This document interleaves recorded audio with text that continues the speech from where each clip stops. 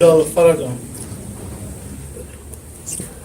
باللہ من الشیطان اللعین الرجیم بسم اللہ الرحمن الرحیم الحمد للہ والصلاة والسلام علی رسول اللہ وآلہ آل اللہ ولعنت الدائمت علی دعوتہم اعداء اللہ من یوم عداوتہم الی یوم لقاء اللہ اما بعد قال حسین ابن علی علیہ السلام ان اہل بیت نبوہ ومعدن الرسالت ومختلف الملائکت ومحل الرحمت وبنا فتح اللہ وبنا ختمہ ویزید رجلا فاسق شارب خمر قاتل النفس المحرمات معلن بالفسق ومثل لا یبایع مثلہ ولکن نسبہ ونسبہون وتنتظرون اینا احق بالاختلافت والبیت. درود پر محمد وآلہ محمد.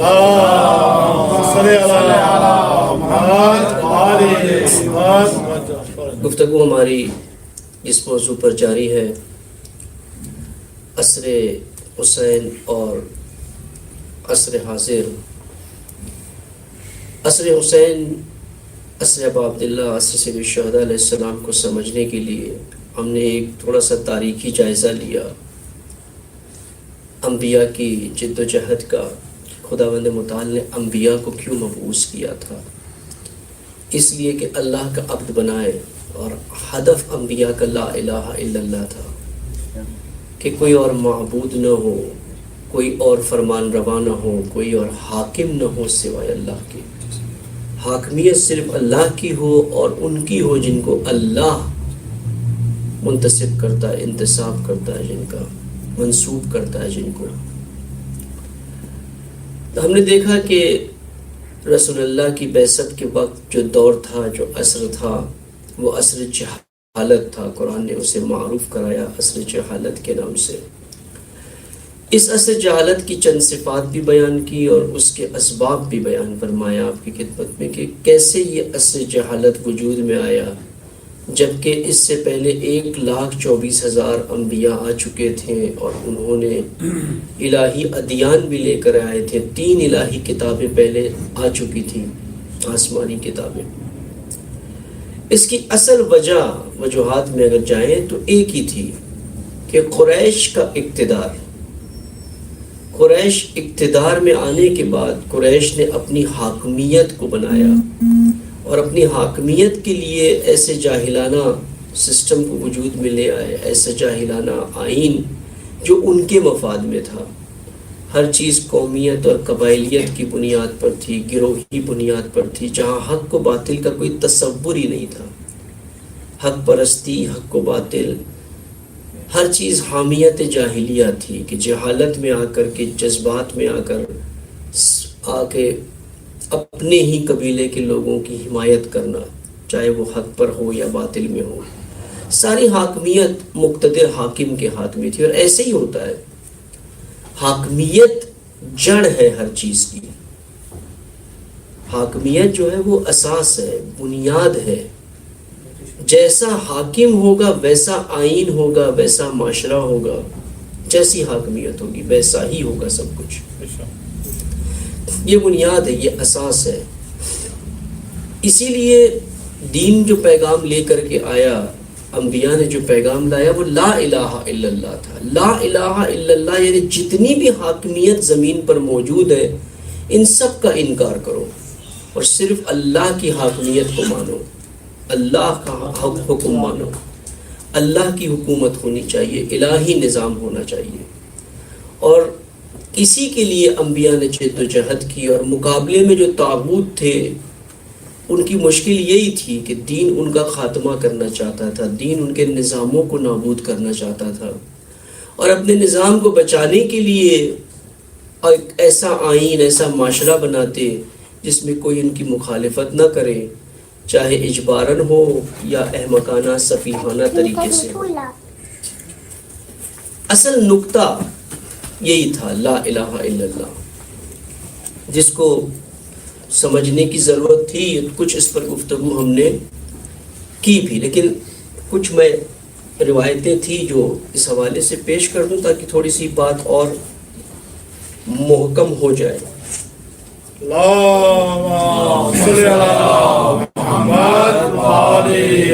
چند صرف روایتیں میں پیش کر دوں تاکہ تھوڑی سی بات مدلل اور محکم ہو جائے اس نقطے پہ، کیونکہ اس نقطے پہ اصل جو مشکل ہے وہ اسی نقطے پر ہے. ہماری آج مشکلات ساری یہیں پر ہے، ہر دور میں یہی مشکل رہی ہے، حاکمیت. ایک روایت ہے رسالت مآب سے جس میں فرماتے الاسلام و عبادت سیاست و سیاست عبادت، یعنی اسلام میں دین، اسلام الا الاسلام، اسلام میں عبادت سیاست ہے اور سیاست عبادت ہے. اب ہمارے جو تصور عبادت کا ہے وہ یہ چند عبادتیں جیسے نماز ہے، روزہ ہے، جو واجبات ہے، احکامات ہیں، ہم اس کو عبادت سمجھتے ہیں اور اسی کو عبادت سمجھ کے کرتے بھی. پہلے ذکر کیا تھا کہ عبادت ہوتی کیا ہے، عبدیت کیا ہوتی ہے. عبادت تو ہم اللہ کی کرتے ہیں، کوئی شک نہیں ہے. اسلام میں نماز اللہ کی ہی پڑھتے ہیں، کسی اور کی نماز نہیں پڑھتے. روزے اللہ کے لیے ہی رکھتے ہیں، زکوٰۃ اللہ کے لیے ہی دیتے ہیں، خمس اللہ کے لیے ہی دیتے ہیں. یہ سب کچھ اللہ کے لیے کرتے ہیں. لیکن اس روایت میں دوسرا پہلو ہے سیاست کا، اس میں کوئی اور ہے حاکم. جبکہ رسول اللہ فرماتے ہیں عبادت اور سیاست ایک ہے. یہ نہیں ہے کہ تم سجدے میں جاؤ تو کہو سبحان رب الاعلیٰ، لیکن حاکمیت کسی اور کی ہو، سیاست کسی اور کی ہو. یہ وہ نکات ہیں جو بہت اہم ہے سمجھنے کے. اسی سے کربلا سمجھ میں آتی ہے کہ اصل کربلا ہے کیا. یہ ایک ہے. ایک اور روایت ہے جس کی طرف اور آئیں گے بعد میں. اسی کے دوسرا ایک ابا عبداللہ نے بھی اسی طرح کی عبادت روایت ابا عبداللہ سے بھی منقول ہے. یہ روایت رسالت مآب کی ہے دوبارہ. اذا راى الناس الظالم ولم ياخذ على يده او لسانه او شكا ان يؤمهم الله بعقاب.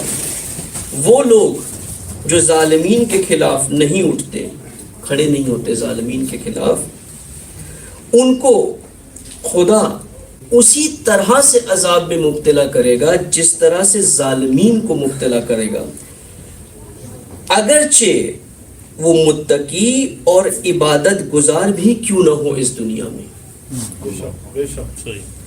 یعنی ظالم اگر کوئی حاکم ہے تو اسے قبول نہیں کر سکتا عبد خدا، چاہے کتنا بھی عبادت گزار کیوں نہ ہو، کتنا بھی متقی کیوں نہ ہو.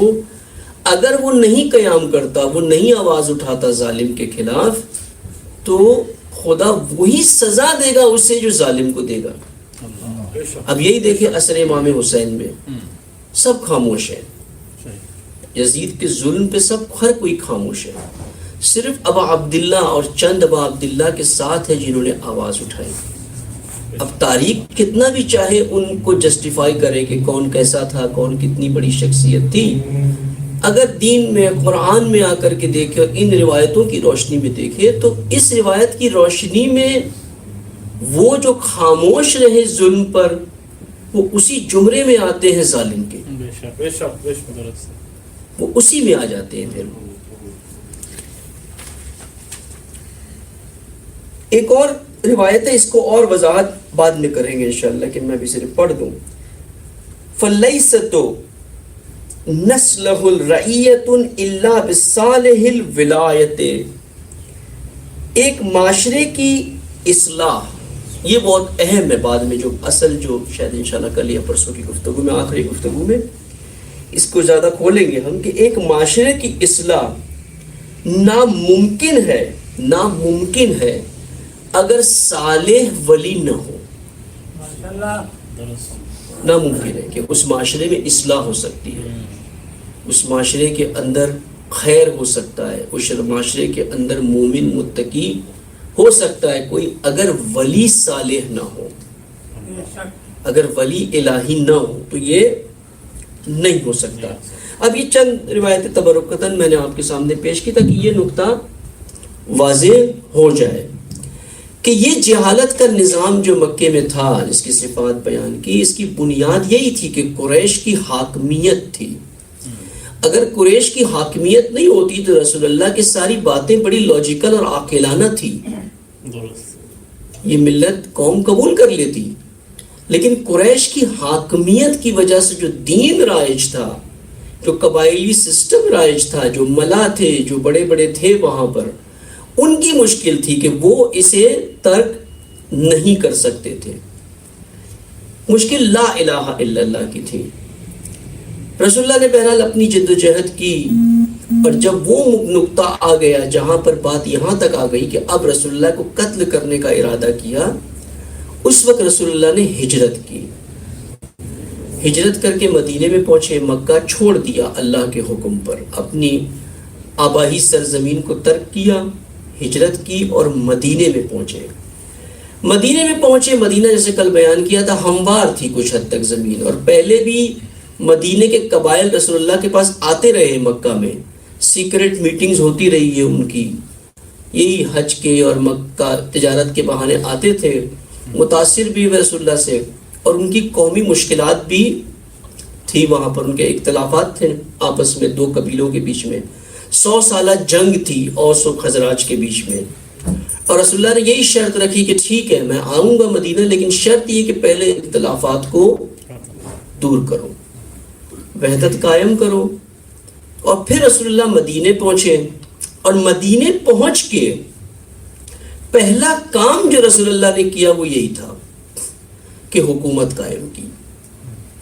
ابھی کوئی نماز کی آیتیں نہیں آئی تھی، ابھی کوئی روزے کی آیتیں نہیں آئی تھی، کوئی احکام شریعہ نہیں آیا تھا اس طرح سے. رسول اللہ نے پہلے حاکمیت، ولایت، نظام، حکومت قائم کی مدینے میں، اپنی لیڈرشپ قائم کی وہاں پر. رسول اللہ بحیثیت ولی مدینہ پہنچے تھے، نہ بحیثیت مولانا کہ اوس و خزرج کے قبیلے کے ٹرسٹیوں کے تابع جا کر کے بیٹھیں گے، وہاں نماز پڑھائیں گے، مسجد میں نکاح کرائیں گے، طلاق کرائیں گے، کچھ مسئلے مسائل نہ، بحیثیت ولی، بحیثیت لیڈر مدینے میں گئے. شرط یہ رکھی کہ بحیثیت ولی آ رہا ہوں میں، اور یہ شرط قبول کی انہوں نے. کیوں قبول کی؟ کیونکہ رسول اللہ کی کاوشوں کو دیکھ چکے تھے مکہ میں. رسول اللہ نے زمین ہموار کی تھی، زمین ہموار کرنے کے بعد مقام ولایت پر پہنچے. ایسے نہیں کہ کہیں سے بھی آ کر کہا مجھے ولی بنا دو، نہ، زمین ہموار کی، کام کیا، ایک اس حد تک کام کیا کہ جان پر بنائی تھی، کہ سارے قریش دشمن ہو گئے تھے، قتل کرنے آ گئے، یعنی با صلاحیت تھے ولایت کے لیے. ہمارے اکثر ہوتا ہے کہ انقلابی عالم آتا ہے کسی بھی مسجد میں کہتا ہے انا ولی و فقیہ، میں یہاں کا ولی فقیہ ہوں. نہ، پہلے آپ کام کریں، زمین ہموار کریں، اس کا مزرعہ بنائیں. جب زمین ہموار ہوگی آپ خود بخود ولی ہو جاؤ گے. آپ کی صلاحیتیں ہیں، وہ آپ کو بنائے گی ولی، نہ کہ آپ مانگ کر کے ڈیمانڈ کر کے لے لیں. وہ صلاحیتیں، وہ کام آپ نے کیا ہوگا تو آپ ولی بن جاؤ گے وہاں کے. اور حق بنتا ہے کہ ایک قوم کا رہبر، ایک قوم کی قیادت اسی کے ہاتھ میں ہونی چاہیے جو باصلاحیت ہو، دین کا علم رکھتا ہو، گہرائی سے دین کو سمجھتا ہو، مسائل کو سمجھتا ہو، درک کرتا ہو، اسی کو حق بنتا ہے. لیکن وہ اس نے کچھ کیا ہی نہیں ہے، آئیڈل بیٹھا ہو، صرف ڈگری ہو اس کے پاس. مثال کے طور پہ ایک ڈاکٹر ہو، ڈگری لی ہو اس نے 10 سال پہلے، لیکن کسی بھی پیشنٹ کا علاج نہ کیا ہو. آپ کہیں میری سرجری کرنا ہے، کوئی آپ کو اس کی طرف بھیجیں گے، جیسے تو آج تک ایک انجیکشن نہیں لگائی ہے کسی کو، آپ سرجری کرے گا، آپ کے پاس کوئی تجربہ ہے، کوئی ٹریننگ ہے، کچھ کیا ہے آپ نے، ڈگری ہے میرے پاس. وہ ڈگری پہ تو آپ نہیں اس سے ٹریٹمنٹ کرا لیں گے اپنا. تم نے تو کچھ بھی نہیں کیا، تم تو دکان پر بیٹھے ہوئے تھے، پرچون کی دکان پہ بیٹھے ہوئے تھے، ابھی کہتے ہو میں ڈاکٹر ہوں، ڈگری ہے میرے پاس، میں سرجری کروں گا آپ کی. یہ تو نہیں ہوتا. یعنی وہ صلاحیتیں موجود ہو، تھی رسول اللہ میں صلاحیت، اسی بنیاد پر ایک ولی کی حیثیت سے وہاں پر آئے اور کچھ شرائط رکھ دیے کہ بت پرستی نہیں ہوگی، یہاں پر قومیت نہیں ہوگی، قبائلیت نہیں ہوگی. جتنی بھی قوم قبیلے سب حذف ہو جائیں گے، سب حذف. سب کو ٹائٹل دے دیا انصار. انصار یعنی نصرت کرنے والا، دین کی مدد کرنے والا، سب خادم بن گئے دین کے. کوئی مخدوم نہیں ہے کہ اس کی بارگاہ میں رسول اللہ جا کے بیٹھیں گے یہ وڈیرا، یہ چودھری ہے، یہ قبیلے کا بڑا ہے، اس کی سننا ہے، نہ، سب ختم، سب زیرو.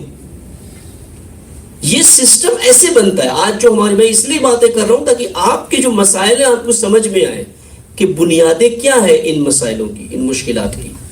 اصل مشکلاتیں ہیں کہاں پر، اس کی جڑ کہاں پر ہے مشکلات کی.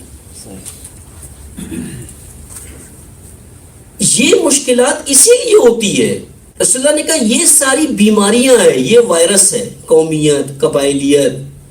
اگر یہ رہی تو کبھی میں دین کو نافذ نہیں کر سکتا. یہاں پر یہ بت ہے، یہ گرنے چاہیے، یا کہ یہ نہیں چاہیے. سب کو حسب کیا، کہا سارے کے سارے انصار، سب انصار ہو. جو ساتھ میں آئے مکہ سے کہا یہ مہاجر ہے. یہ مہاجر ایک قدر تھی ان کی کہ یہ اللہ کی راہ میں ہجرت کر کے آئے. ان کی قدر کو سمجھو. انہوں نے مصائب اٹھائے. مدینے والوں نے اب تک مصائب نہیں اٹھائے تھے، مکے والوں نے سختیاں اٹھائی تھی. وہ سختیوں کے بعد وہاں سے آئے تھے یہاں. جیسے حضرت عمار، ان کے والدین کو شہید کر دیا گیا، بہت ظلم ہے ان پر، انہوں نے ہجرت کی یہاں.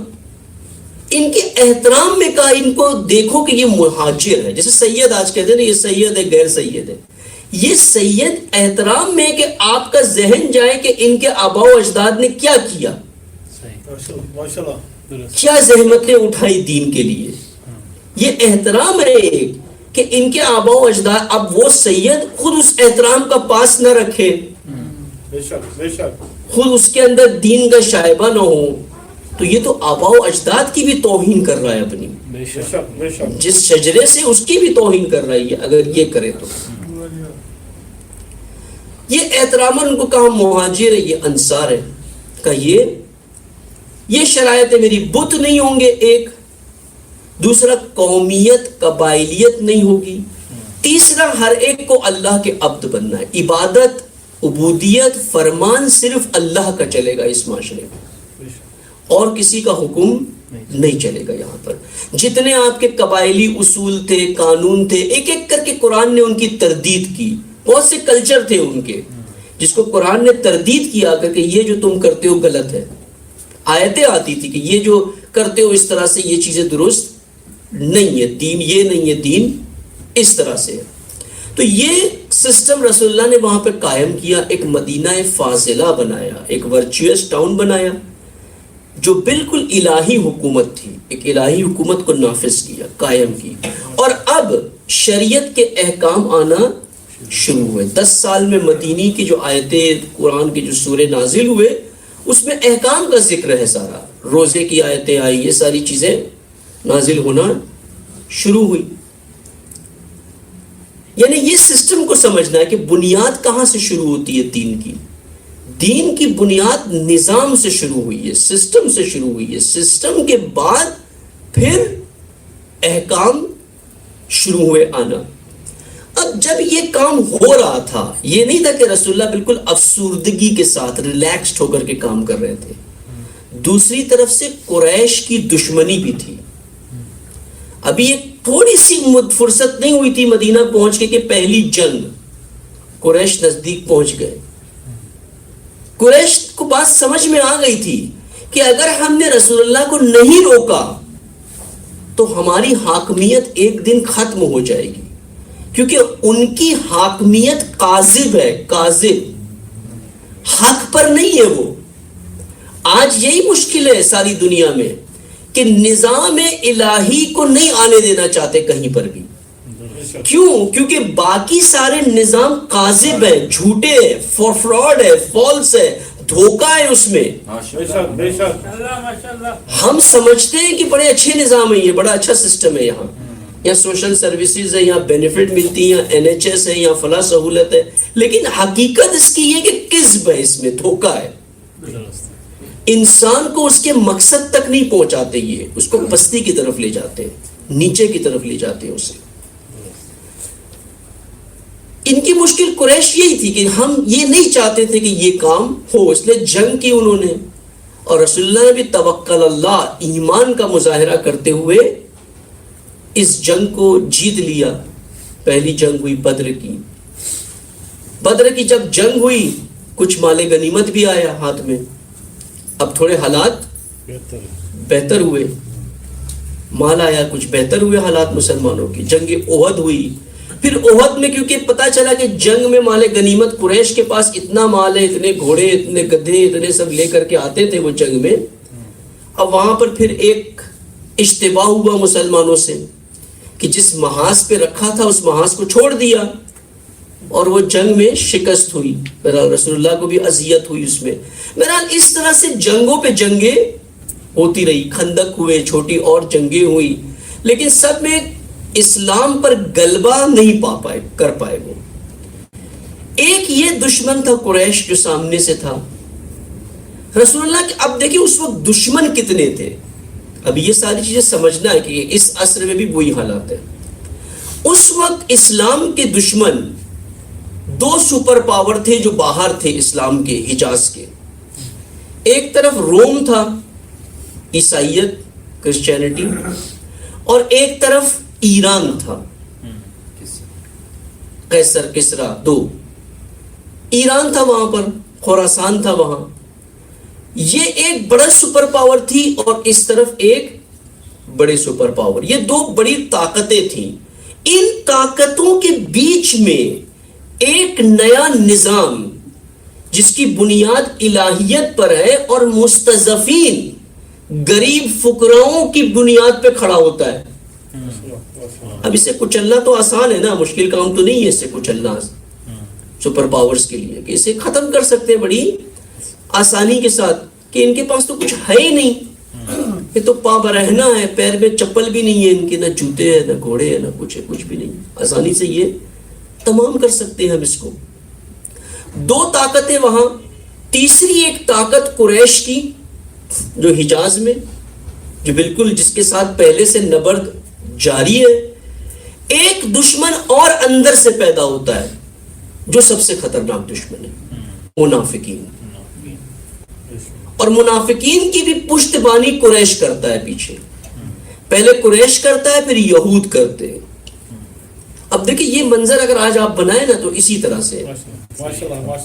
آج بڑی سپر پاورز ہے امریکہ. آج اگر دیکھیں تو آپ دنیا میں 4 بڑی سپر پاورز ہیں, 4. پہلے 2 تھے, امریکہ اور روس. روس زوال کی طرف پذیر ہوا, لیکن پھر آج روس اوپر آ کر کے ایک سپر پاور بن گیا ہے. امریکہ, روس, رشیا اور چائنا, یہ 3 سپر پاور ہے, اور ایران ایک چوتھا سپر پاور ہے. یہ میں جذباتی بات نہیں کر رہا ہوں, یہ پریکٹیکل بات ہے, کیونکہ نبرد بڑی طاقتوں میں ہوتی ہے نا. اب بچے سے تو نہیں لڑتے ہیں نا کسی, برابر کے لوگ لڑتے ہیں نا آپس میں. اب امریکہ کی جنگ ایران سے ہے, اسرائیل کی جنگ ایران سے ہے, کیونکہ پتا ہے ان کو کہ ایک سپر پاور ہے. بھلے اس سپر پاور کی بنیادیں ٹیکنالوجی اور وہ چیزیں نہیں ہیں جو ان کے پاس ہے. ایک آئیڈیالوجی ہے, ایک ایمان ہے, الہیت ہے, لیکن ایک سپر پاور ہے. 3 وہ سپر پاور اور ایک یہ سپر پاور. اور بھی کچھ ملک ہیں جو اس وقت سپر پاور بننے کا ارادہ رکھتے ہیں, جیسے اسرائیل. اسرائیل کی بھی بنیاد آئیڈیالوجی پر ہے. ان کی مکتب, ان کی آئیڈیالوجی یہ ہے کہ ایک دن یہود کا غلبہ ہوگا ساری دنیا پہ. اس لیے ان کی بھی آرزو یہی ہے, کوششیں یہی ہے کہ وہی سپر پاور بنیں گے ایک دن دنیا کے اندر. دوسری طرف ترکی ہے, وقت ہوگا اسلامیہ کا سپر پاور بن جاؤں گا, لیڈر مجھے اسلامی مملکت کا اردوغان کو بننا ہے, عثمانی حکومت کو لانا ہے دوبارہ. پھر ایک طرف انڈیا ہے جس کی خواہش ہے کہ وہ ایک بڑی طاقت بنے.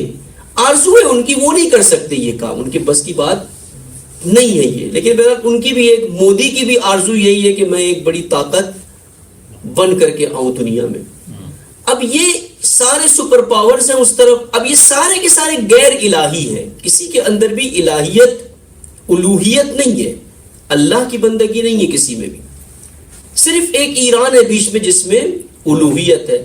اب اندر سے رسول اللہ کو ختم کرنے کے لیے ایک بڑا دشمن پیدا ہو گیا, منافق. یہی کام دشمن نے آج بھی کیا. قریش نے منافق کو تقویت دی. منافق جہالت کی بنیاد پہ منافق بنا. وہ الہی پیغامات کو لاجیکلی قبول نہیں کرتا تھا, لیکن کیونکہ غلبہ رسول اللہ کا تھا اس کے دل میں کچھ اور تھا, زبان پہ کچھ اور تھا.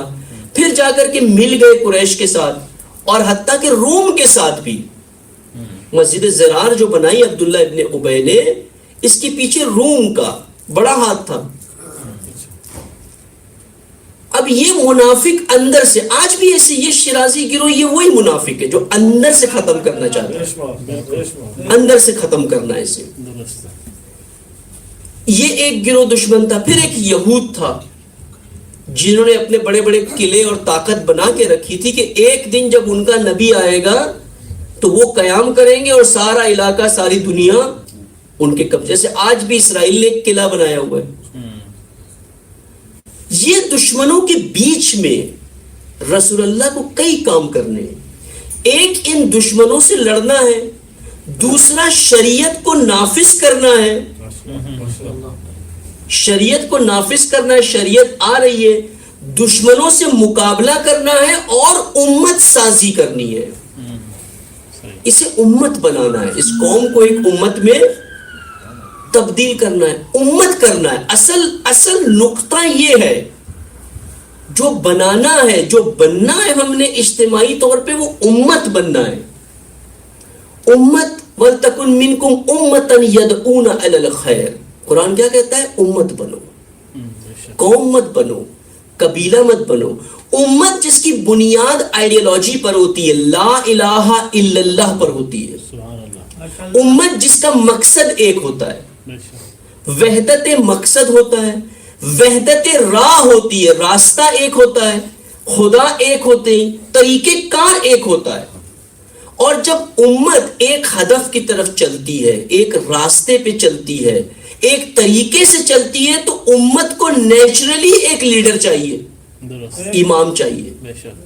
امام امت کو لے کے ہدف کی طرف چلتا ہے, اور یہی پولیٹیکل سسٹم اسلام کا ہے, امامت و امت ولایت.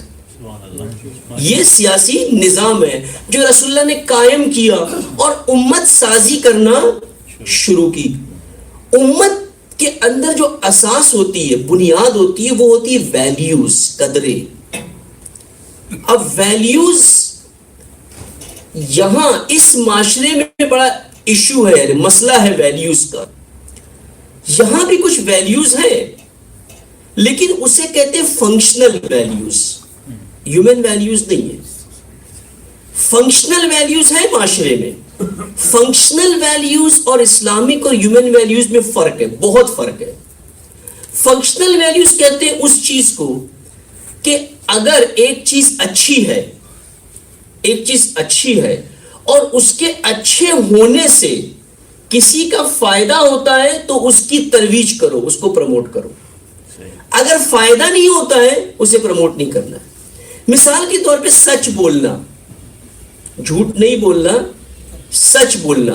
اگر سچ بولنے سے فائدہ ہوتا ہے تو سچ بولنا ویلیو ہے, اور اگر نقصان ہوتا ہے تو ویلیو نہیں ہے, پھر وہاں جھوٹ بولو.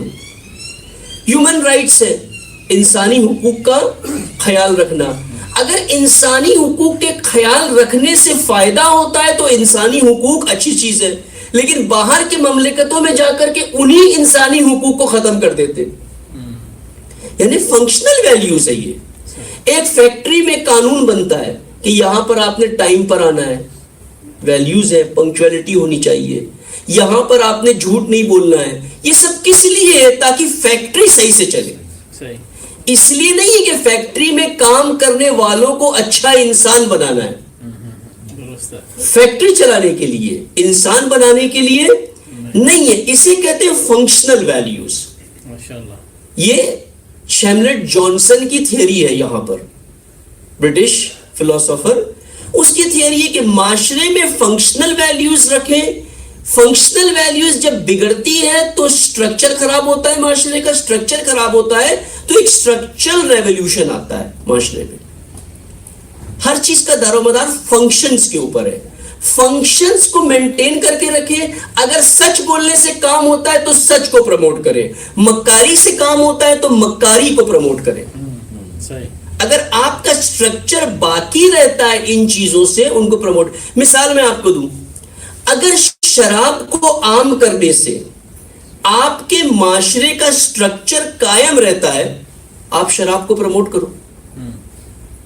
اب یہی لاجک ہے کہ بندہ جس کے پاس خدا نہ ہو, جس کے پاس دین نہ ہو, جس کے پاس روحانیت نہ ہو, وہ پیسے کماتا ہے. اب کیا کرے اس پیسے کا, کیا کرے, کیا کتنا کھائے, کھاتے کھاتے بھی کتنا کھائے گا, کتنی شاپنگ کرے گا, آخر اس کا مائنڈ تو جائے گا نا ڈپریشن میں کہیں نہ کہیں. اب اس ڈپریشن کو دور کرنے کے لیے کیا کرے, یا تو وہ معاشرے میں ایک انقلابی حرکت شروع کر دے گا, ایک حق کو ڈھونڈنا شروع کرے گا, آخر الہیت کی طرف پہنچ جائے گا. اور جہاں پہلے سے ہسٹوریکلی ایک اسپرچل دین کرسچینٹی کی طرح موجود ہے, وہ بہت جلدی اس دین کی طرف جائے گا. اور کرسچینٹی سے راستہ اسلام کا ہے, پھر وہ اس طرف آنا شروع کر دے گا. اب کیا کریں, اس کو مست رکھے. آپ کیسے مست رکھیں, اس کو شراب پلائے, اس کو شہوات کرائیں, اس کو عیاشی کرنے دیں. تو شراب پینا, عیاشی کرنا کیا بن گئی, ویلیوز بن گئی معاشرے کی, کہ ہم نے فریڈم دیا ہے آپ کو.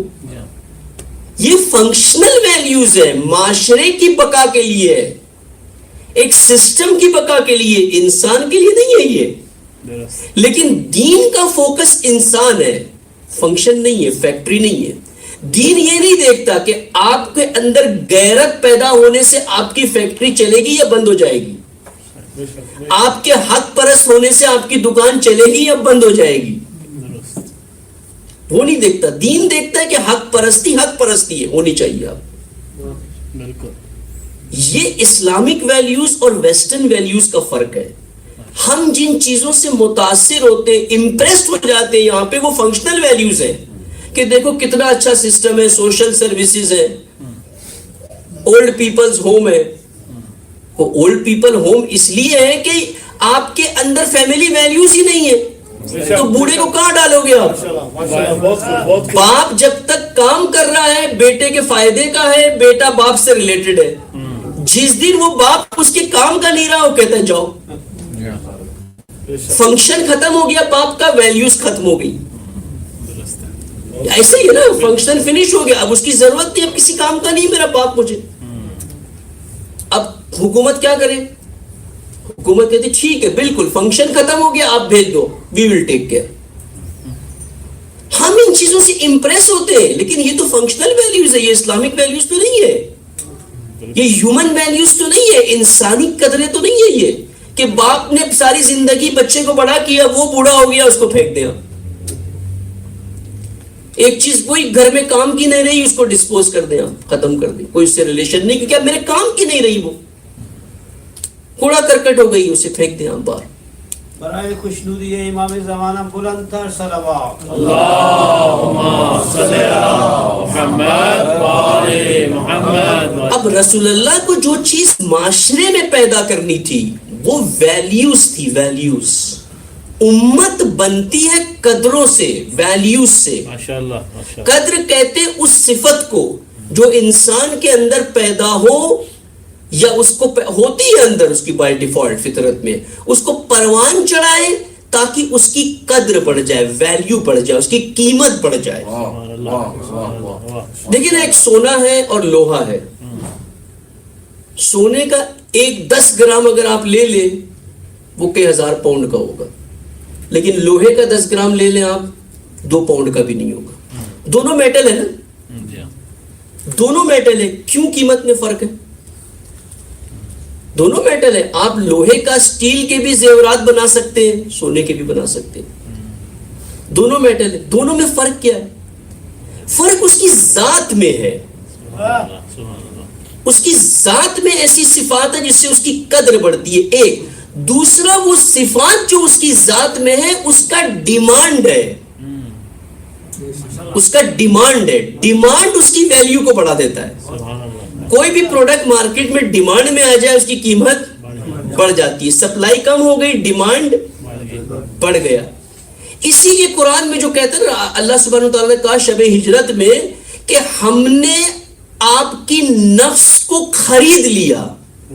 امیر المومنین کی نفس کو اللہ کہتا ہے ہم نے خرید لیا آپ کی نفس کو.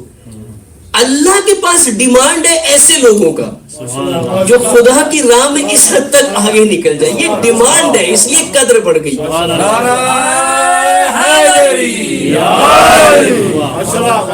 وہ صفات ہے اندر جس نے قدر کو بڑھایا ہے. فضیلت امیر المومنین کی قدروں میں ہے, ویلیوز میں ہے. ان ویلیو اور وہی ویلیوز رسول اللہ معاشرے میں ایجاد کرنا چاہتے تھے. اسی کا نام ہے امت سازی. امت بنانا ہے, قوم نہیں بنانا, لیبر نہیں بنانا ہے, آپ نے امت بنانا ہے. آپ کو پجاری نہیں بنانا ہے, پنڈت نہیں بنانا ہے, آپ کو روبوٹ نہیں بنانا ہے جو صبح اٹھے نماز پڑھے, دوپہر اٹھے نماز پڑھے, لیکن ویلیوز کچھ بھی نہ ہو اس کے اندر. اس میں غیرت نہ ہو, اس میں ایثار نہ ہو, اس میں انفاق نہ ہو, اس میں ستم پذیری نہ ہو, ظلم سہتا ہو, ظالم کے خلاف اٹھتا نہ ہو. یہ ساری ویلیوز ہیں. اگر یہ ویلیوز نہ ہو, یہ انسان نہیں ہے, یہ امت نہیں ہے. وَلْتَكُنْ مِنْكُمْ أُمَّةً يَدْعُونَ عَلَى الْخَيْرِ وَيَأْمُرُونَ بِالْمَعْرُوفِ وَيَنْهَوْنَ عَنِ الْمُنْكَرِ. امت بننے کے بعد پہلا کام امت کیا کرتی ہے؟ امر بالمعروف اور نہی عن المنکر. معاشرے میں ویلیوز کو پیدا کرتی ہے, وہی امت بڑھاتی ہے, اور منکرات کو ختم کرتی ہے. یہ ویلیوز یہ کام کراتی ہے. اقدار سے امر بالمعروف نہی عن المنکر ہوتا ہے. ایک غلط کام ہو رہا ہو, مثال کے طور پہ آپ کے محلے میں کوئی آپ کے سامنے پڑوسی ہو جو بے حیائی کر رہا ہو, آپ کیا کرتے ہو؟ اب چند پڑوسی سب دیکھ رہے ہیں کہ یہ بندہ اریاں پھرتا ہے یا جو بھی ہے, گالیاں دیتا ہے, شراب پیتا ہے, ہر کوئی اپنے کام سے کام رکھتا ہے, وہ ٹھیک ہے کر رہا ہے. کچھ ایسے ہوتے ہیں جو اٹھ کھڑے ہوتے ہیں کہ بھئی ہماری بہنیں ہیں, ہماری بیٹیاں ہیں, تم یہ کس طرح کی حرکتیں کرتے ہو؟ کس چیز نے اسے بلوایا؟ کون سی چیز ہے جو اسے آگے لے کر کے گئی ہے وہاں؟ اس کی ویلیوز ہے, اس میں قدر ہے اس کے اندر. اب یہ منفرد ہو گیا وہ سارے لوگوں میں, اس کی قیمت زیادہ ہو گئی ہے کیونکہ اس کے اندر وہ ویلیوز موجود ہے کہ یہ اٹھا ہے باہر, قدرے ہے. ابا عبداللہ نکلے, قیام کیا. کیوں قیام کیا؟ کیونکہ وہ ویلیوز تھی حسین ابن علی کے اندر, وہ قدرے تھی, وہ عاشورائی قدرے جس نے باہر نکالا. ورنہ بیٹھے رہتے جس طرح سے دوسرے بیٹھے ہوئے تھے. یہ اس کی طرف نہیں آتے ابھی ہم. ابھی اس معاشرے میں یہاں جو بحث چل رہی ہے اس وقت, جو ویسٹرنائز اسکالرز ہیں ہمارے, ماڈرنائز اسکالر, ان کی یہی ہے نا کہ یہ شریعت نافذ ہو سکتی ہے کہ نہیں ہو سکتی. ویسٹ میں شریعت کس طرح سے اپلیکیبل ہے, ایک بحث ہے اس کے اوپر, بڑی بحث, اور یہ بہت آگے جا رہا ہے اس وقت یہ ڈسکشن, کہ ایک لبرل معاشرے میں اسلام کا تصور ایکسٹریمسٹ ہے, ایکسٹریمسٹ تصور ہے اسلام کا, اور یہاں اتنا لبرل ہے. ہم کیسے اسلام کو ایڈجسٹ کریں اس معاشرے میں آ کر؟ اب کیا کریں اس کے لیے؟ اس کے لیے جو تفکر جو اس وقت سامنے آ رہا ہے ماڈرن ویسٹرن اسکالرز کا, وہ یہ ہے کہ شریعت ناقص ہے. اس سے پہلے میں نے بتایا تھا شریعت ناقص ہے. شریعت کا ظاہر جو ہے وہ یہاں فٹ نہیں ہو سکتا. ٹھیک ہے, شریعت آپ کو اللہ تک لے جانا چاہتی ہے, آپ اللہ تک جائیں نا, ضروری تو نہیں ہے کہ آپ حلال کھانے سے ہی جائیں گے, دوسرا راستہ ڈھونڈے پہنچنے کا. اس وقت آرگیومنٹ یہ چل رہا ہے, میں نے بتایا تھا نا وہی آپ کے برطانیہ کے اس وقت دو اسکالرز ہیں ایسے شیعہ جو پوری طرح سے لبرل تفکر کو لانا چاہتے ہیں معاشرے میں. دو بالکل پلانٹڈ شخصیتیں, ایک برمنگم میں اور ایک معروف آپ کے مولانا جو ٹیٹو والے ہیں. دو یہ شخصیتیں جو لبرل ہیں اس وقت, لبرل افکار کو جوانوں کے اندر انڈیوس کرنا ان کے اندر. ابھی یہی مولانا برمنگم والے کل یا پرسوں کی تقریر میں انہوں نے, ان کا کلپ کسی نے مجھے بھیجا, سوڈومی کو, ہم جنسی کو انہوں نے بڑی آسانی سے اس کو جسٹیفائی کیا اور سافٹ کیا. یہ کلپ موجود ہے ابھی یوٹیوب کے اوپر. انہوں نے دلیل کیا دی؟ دیکھیں کس طرح سے, کیونکہ نہیں بنیادیں نہیں پتا ہوتی ہمیں دین کی, اس لیے ہر کوئی قبول کرتا ہے. ان سے کویشچن پوچھا LGBT کے اوپر, یہی ہم جنسی کے اوپر, کہ اس کے بارے میں اسلام کیا کہتا ہے. انہوں نے کہا کہ قرآن میں کوئی بھی آیت نہیں ہے جس میں ہم جنسی کی کوئی سزا بیان کی گئی ہو. قرآن میں زانی کی سزا ہے, ہم جنسی کی سزا نہیں ہے. اس لیے ثابت نہیں ہوتا ہے کہ اسلام کا نظریہ کیا ہے اس کے بارے میں. بہت ہی آسانی سے پلے کر کے نکل جانا. اب آپ نے کیا کر دیا, پہلے مرحلے پہ لا کے اس مسئلے کو سافٹ کر دیا کہ اسلام نے تو اس پہ کوئی رائے دی نہیں ہے نا. حتیٰ انہوں نے کہا بھی کہ رسول اللہ کے دور میں ممکن ہے یہ کام ہوتا ہوگا, لیکن رسول اللہ نے کہیں کچھ اس پہ دھیان نہیں دیا. ہوتا بھی ہوگا یہ. اب یہی بات ہم نہیں سمجھ پاتے کہ اصل پیچھے مسئلہ ہے کیا. اگر اسی سوال کا, اسی نقطے کا جواب دے تو بہت آسان ہے. آپ نے خود کہا نا کہ قرآن نے زنا کی سزا لکھی ہے کہ پتھر سے مارا جائے, ہلاک کیا جائے. زنا کسے کہتے ہیں؟ What is adultery? ایک مرد اور عورت کے بیچ میں ناجائز فزیکل ریلیشن شپ. تو وہ ناجائز کیسے ہوتا ہے جب جائز نہ ہو؟ جائز کیسے ہوتا ہے؟ نکاح سے ہوتا ہے نا جائز. کچھ شرائط ہے, نکاح سے ہوتا ہے. یعنی ایک مرد اور عورت کے بیچ میں اگر نکاح نہ ہو, بنا نکاح کو بھی, نکاح با شرائط, ہر ایک سے نکاح نہیں ہو سکتا, با شرائط, اگر نکاح نہ ہو اور ریلیشن شپ ہو جائے تو دین کہتا ہے اسے سنسار کرو, ختم کر دو. یہ دین کا, آپ یہ مانتے ہیں نا, مولانا اس بات کو تو مان رہے ہیں, خود کہہ رہے ہیں. تو آپ یہ ثابت کریں نا قرآن میں کہ مردوں کے بیچ میں نکاح ہے, ثابت کہیں.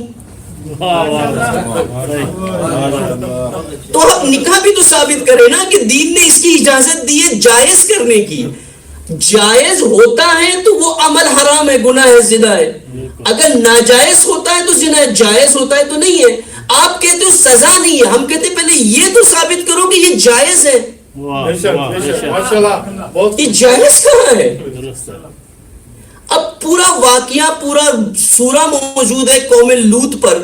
خدا صاف کہتا ہے کہ عذاب نازل کیا. مولانا کو عذاب نظر نہیں آتا, وہ کہتے قرآن نے کہاں لکھا ہے کہ کوڑے لگنے چاہیے. اور خود حضرت لوط فرما رہے ہیں کہ میں تمہیں اپنی بیٹیاں دیتا ہوں کہ جائز طریقے سے کرو, لیکن تم مردوں کے پیچھے کیوں جاتے ہو؟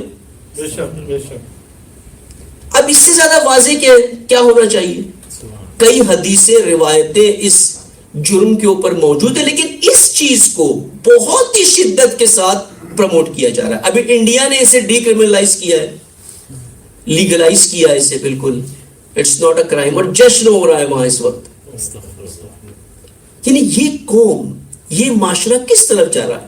اور اب دیکھیں یہ کیوں ہو رہا ہے. میں اس کی بیک گراؤنڈ آپ کو بتاؤں کہ کیا مسئلہ اصل ہے, کیا مسئلہ پیچھے. ایک مسئلہ تو ہے اسلام کو ڈائلیوٹ کرنا, اسلام کو ویسٹ کے اندر لا کر کے ایملگمیٹ کرنا ہے, ملانا ہے اس کے ساتھ. یعنی آپ کا تشخص, آپ کی اسلامک آئیڈینٹی ختم ہو جانی چاہیے. یہ کوشچن اٹھتا ہے نا بعض اوقات, آر یو برٹش فرسٹ اور آر یو مسلم فرسٹ. یہ کرتے ہیں یہ اینکرز وغیرہ ٹی وی پر بھی بلاتے ہیں, میڈیا میں اس طرح کے سوالات کرتے ہیں کہ آپ پہلے یہ بتاؤ, آپ پہلے برٹش ہو یا پہلے مسلم ہو. وہ کہے گا I am British Muslim, British Muslim. نہیں, وہ کہتے ہیں پہلے آپ یہ بتاؤ, پہلے آپ اسلام کو ترجیح دیتے ہو یا یہاں کے قانون کو. اصل سوال یہ ہے کون سے قانون کو آپ پریفرنس دیتے ہو. اگر یہاں کا قانون اور اسلام کے قانون میں کلیش ہو تو آپ کس کو مانو گے. اصل سوال یہ کرتے ہیں وہ. مسئلہ ایک تو یہ ہے کہ اسلام کو برٹش لاز یا ویسٹرن آئیڈیالوجی لبرلزم کے نیچے لانا ہے, کہ اوپر لبرلزم ہوگا, نیچے آپ نماز پڑھ لیں, عبادت کر لیں, جلوس نکال لیں, جو کرنا ہے آپ کر لیں, لیکن سسٹم آپ کو یہی قبول کرنا ہے. اگر اس سسٹم نے آپ کے دین میں کوئی چیز ایسی ہے جو غلط ہے, اس کو الاؤ کیا ہے, آپ کو حق, ٹھیک ہے آپ نہ کریں وہ عمل, لیکن آپ اس پہ آبجیکٹ نہ کریں. یعنی امر بالمعروف اور نہی عن المنکر نہیں کرنا. اب یہ مسئلہ جو یہ مولانا بھی اٹھا رہے ہیں اور دوسرے بھی اٹھا رہے ہیں, ان کا تعلق شیعہ کے اندر ایک کمیونٹی کے سیگمنٹ سے ہے. یہ دونوں اس کمیونٹی کے ہیروز ہیں, صحیح. اور وہ کمیونٹی بہت ہی کیپٹلسٹ اور مالدار اور سرمایہ دار قوم ہے شیعہ کے اندر. اور اس وقت اس کمیونٹی کے اندر جو فری میسنری سٹائل میں کام کرتی ہے, بالکل بہت منظم ہے, بہت ڈسپلنڈ ہے, لیکن اس کمیونٹی کے اندر یہ عمل کثرت کے ساتھ بڑھ چکا ہے, کثرت کے ساتھ. ان کے جوان اس عمل کی طرف بہت راغب ہو رہے ہیں. میں نے بتایا بھی تھا پہلے کہ پچھلے سال رسمی انہوں نے ایک اس طرح کی عمل کیا, رسمی اعلانیہ نیوز میں آیا ہے جو. اب ان کو کیا کرنا ہے یہاں پر قوم کو بچانے کے لیے, اپنی آبرو بچانے کے لیے؟ آیا اس حرام کو حلال بنائیں؟ وہ نہیں کر سکتے ہیں آپ. وہ کوئی مرجع تقلید آپ کو اس کی اجازت نہیں دے گا کہ اس پہ اجتہاد کی ضرورت نہیں. یہ ثابت ہے, یہ محکم ہے, متشابہ نہیں ہے. یہ مسئلہ محکم مسئلہ, اس پہ اجتہاد نہیں چاہیے آپ کو, لیکن کم از کم اس کے خلاف ریئیکشن کو روک دے, قوم کے اندر کے ریئیکشن کو روک دے کہ یہ کنٹروورشل ایشو ہے, یہ ثابت نہیں ہے کہ اس پہ سزا ہو سکتی ہے. جب ثابت نہیں ہے, غلط ہے, صحیح ہے, تو آپ خاموش بیٹھے, جو کرتا ہے اسے کرنے دے یہ کام. اصل مسئلہ یہ ہے, اصل نقطہ یہ ہے پیچھے, جس کو ان پلیٹ فارم سے ڈرائیو کر کے ڈائلیوٹ کرنا تاکہ اس عمل کے خلاف کوئی ریئیکشن نہ ہو. اور اس کی جڑ یہی ہے کہ اس کمیونٹی نے ایک ایسا گناہ کیا ہے جس کی سزا یہ مل رہی ہے انہیں. وہ گناہ کیا ہے؟ وہ گناہ ولایت کو, امامت کو, ولایت فقیہ کو جڑ سے نکالا ہے اپنی قوم سے. بے شک, بے شک, بے شک. ان کے اصولوں میں ہے کہ منبر پہ کوئی ولی فقیہ اور رہبر کی بات نہیں کر سکتا. جو مولانا آتا ہے پہلے اس کو بتا دیتے ہیں کہ رہبر ولایت فقیہ پہ بات نہیں کرنا ہے. ان کے امام جمعہ کہتے ہیں یہ کہ ولایت فقیہ is controversial. There are different opinions about it. We should not talk about that subject in our community.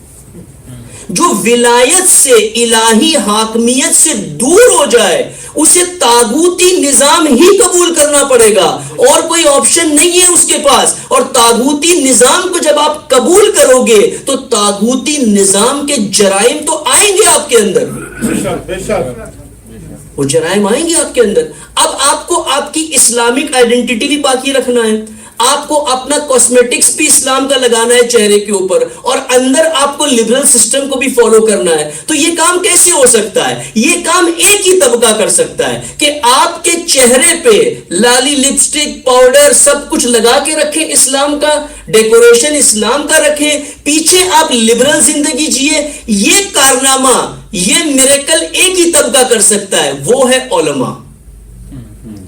بنی اسرائیل کے علماء یہی کام کرتے تھے. یہ علماء کے ہی ہاتھوں ہو سکتا ہے یہ کام, کہ کس طرح سے اسلام کا امیج بھی باقی رکھیں اور زندگی ساری کے ساری لبرل ہو. جیسی زندگی چاہے طاغوت کے سائے میں گزارے. میں نے کہا نا کہ عبادت اللہ کی کرتے ہیں ہم, لیکن حاکمیت پہ ہر ایک کی راضی ہے. وہ بھئی جب آپ لا الہ الا اللہ کہتے ہو اذان میں, اقامت میں, تو پھر زندگیوں میں لا الہ الا اللہ کیوں نہیں ہے؟ سبحان اللہ. پھر کسی کو بھی حاکم کیوں مان لیتے ہو؟ پھر کسی کو بھی ووٹ کیوں ڈال دیتے ہو؟ وہاں الا اللہ کہاں پر ہے؟ وہاں اللہ کیوں نہیں ہے؟ اور یہی مسئلہ تھا ابا عبداللہ کا بھی, اسی لیے قیام کیا. رسول اللہ نے یہی امت سازی کی ہے کہ لا الہ الا اللہ, ساری قدریں الہی ہونی چاہیے, ہر چیز اللہ کے لیے, نہ کہ نومن بے باس نکفر بے باس. اب رسول اللہ نے اپنا کام کیا 10 سال, آخری سال میں فتح مکہ کیا. فتح مکہ جب کیا تو غلبہ پا لیا, اب کفار پہ غالب آ گئے. جب غالب آ گئے تو انہیں بخش دیا, حاکمیت میں اپنی لے لیا. یعنی کفار کو بھی رہنے کا حق ہے, جینے کا حق ہے, لیکن نظام حاکمیت الہی ہونی چاہیے. اسلام کا ویو یہ نہیں ہے کہ نان مسلم شوڈ ناٹ لیو, نہ, غلبہ دین کا ہونا چاہیے. نان مسلم اپنی عبادت کر سکتا ہے, عیسائی اپنی عبادت کر سکتا ہے, یہودی اپنی عبادت کر سکتا ہے, لیکن حاکمیت, قانون, آئین, کانسٹیٹیوشن اسلام کا ہونا چاہیے. اسلام کی تھیوری یہ ہے, اسلام کا لاجک یہ ہے. یہ نہیں ہے کہ اونلی مسلم شوڈ سروائیو. یہ ایکسٹریمسٹ تکفیری سوچ ہے, بے شک یہ داعش والی سوچ ہے. یہ نہیں ہے اسلام کی تھیوری. درست. یہ کام رسول اللہ نے نہیں کیا, بلکہ معاف کر دیا ان کو, ایکوموڈیٹ کیا ان کو اپنے سسٹم کے اندر, ان کو پوزیشنز دیے. خالد بن ولید کو بھیجا ٹیکس کلیکٹ کرنے کے لیے, درست. ابو سفیان کو پوزیشن دیا, عمرو عاص کو پوزیشن دیا, بڑے بڑے اقتدار دیا ان کو, اختیارات دیے ان کو, تاکہ یہ پوری طرح سے آ جائے اس طرف. تالیف قلوب کیا ان کے ساتھ, لیکن اپنے غلبے کے ساتھ. یہ تھیوری یاد رکھیں آپ. ہمیشہ جب آپ لوگ بیٹھتے ہیں نیگوشیشن ٹیبل پر, مسائل ہوتے قوم کے, کمپرومائز اس وقت ہوتا ہے جب حاکمیت آپ کی ہو. واہ واہ واہ ماشاءاللہ. آپ ڈومیننس میں رہ کے نہیں کر سکتے, ڈومینیٹ ہو کر کے نہیں ایڈجسٹ کر سکتے ہو. یہ کام کبھی نہیں کیا رسول اللہ. مکہ میں تھے, کبھی ایکوموڈیٹ نہیں ہوئے ان کے ساتھ. جب غلبہ پایا تو ان کو ایکوموڈیٹ کیا اپنے ساتھ, وہ بھی الہی اصولوں پہ کمپرومائز کر کے نہیں کہیں پر بھی. بے شک. آئین ہمارا ہی ہوگا. ٹھیک ہے, ابو سفیان نے کبھی نماز نہیں پڑھی ہے, کبھی اس نے اکیلے تنہا میں نماز, کہیں پھنس گیا ہوگا, کھڑا ہو گیا, لیکن نماز ایسے نہیں پڑھی ہے اس نے. لیکن یہ نہیں کیا رسول اللہ نے کہ تو نہ پڑھا. نیوز آتی ہوگی کہ نماز نہیں پڑھتا یہ, ٹھیک ہے, قانون ہمارا ہوگا, تابع ہمارے رہو گے, تم دین کے تابع رہو گے, تب ہم آپ کو ایکوموڈیٹ کر سکتے ہیں. اگر کنفرنٹیشن میں آؤ گے, نہ, لکم ولی الدین, تم تمہارے راستے, ہم ہمارے راستے, پھر راستے الگ ہو جاتے ہیں. یہ اصول ہے, یہ قرآنی اصول ہے اجتماعیت کے, سوشولوجی کے, اسلامک سوشولوجی کے. یہ سارا ڈسکشن ہم اس لیے کرنے کہ اس نقطے پر پہنچنے کے لیے کہ کربلا کا واقعہ کیوں ہوا, کیوں سمجھنے کے بعد پھر اس کی فلسفی پر جائے کہ یہ جو ہوا یہ کن اصولوں کی بنیاد پہ ہوا. ایک تو عصر میں کیا ہوا, تاریخ میں کیا ہوا, کیوں ہوا, کون سے طبقے شامل تھے, کنہوں نے کیا کیا. اب یہی کفار جب آ گئے فتح مکہ کے بعد, ابو سفیان نے وہی کہا کہ اب اسلام کو اندر سے ختم کرنا ہے, باہر سے نہیں. کا خاتمہ اندر سے ہوگا اور انتظار کرنا پڑے گا. پہلا انتظار ان کا کیا تھا کہ رسول اللہ کی شخصیت سینٹرل پوائنٹ ہے. اگر رسول اللہ کی شخصیت ہٹ جاتی ہے یہ سسٹم ختم ہو جائے گا. کیونکہ آپ دیکھیں سارا محور, پورا central point start to end رسول اللہ کی شخصیت ہے. بے شک. بالکل. نعرہ رسالت یا رسول اللہ. اب یہ کیسے ختم ہو؟ اب قرآن کی بھی آیت آ گئی تھی مومنین کے لیے کہ ایک دن اگر تمہارا رسول مارا جائے کسی جہاد میں یا موت آ جائے تو کیا تم پیچھے ہٹ جاؤ گے, کیا تم انقلاب عقب. یہ مطمئن تھے کہ رسول اللہ کو بھی موت آنی ہے, تو بجائے اس کے کہ ابھی اندر سے کوئی جنگ کرے, انتظار کرے کہ جیسی آنکھ بند ہوتی ہے پھر ہمارا سب کچھ ہے, ہم کریں گے. اب رسول اللہ کی رحلت قریب ہے, لیکن اسلام کی تاریخ میں, ہسٹری میں ایک ٹرننگ پوائنٹ آتا ہے. وہ ٹرننگ پوائنٹ کیا ہے؟ وہ ہے غدیر. غدیر جب آتا ہے تو ایک مشرکین کے لیے بڑا مسئلہ بن جاتا ہے کہ یہ کیا ہو گیا. ہم تو سوچ رہے تھے کہ رسول اللہ کی آنکھ بند ہوگی, ہم ووٹنگ کریں گے, پارٹیاں بنائیں گے, الیکشن لڑیں گے, اپنی حکومت کر لیں گے. یہ تو تسلسل خدا نے اعلان کر دیا اس کا کہ نظام تو یہی رہے گا, بدلے گا نہیں. شخصیت بدلے گی, نظام نہیں بدلے گا.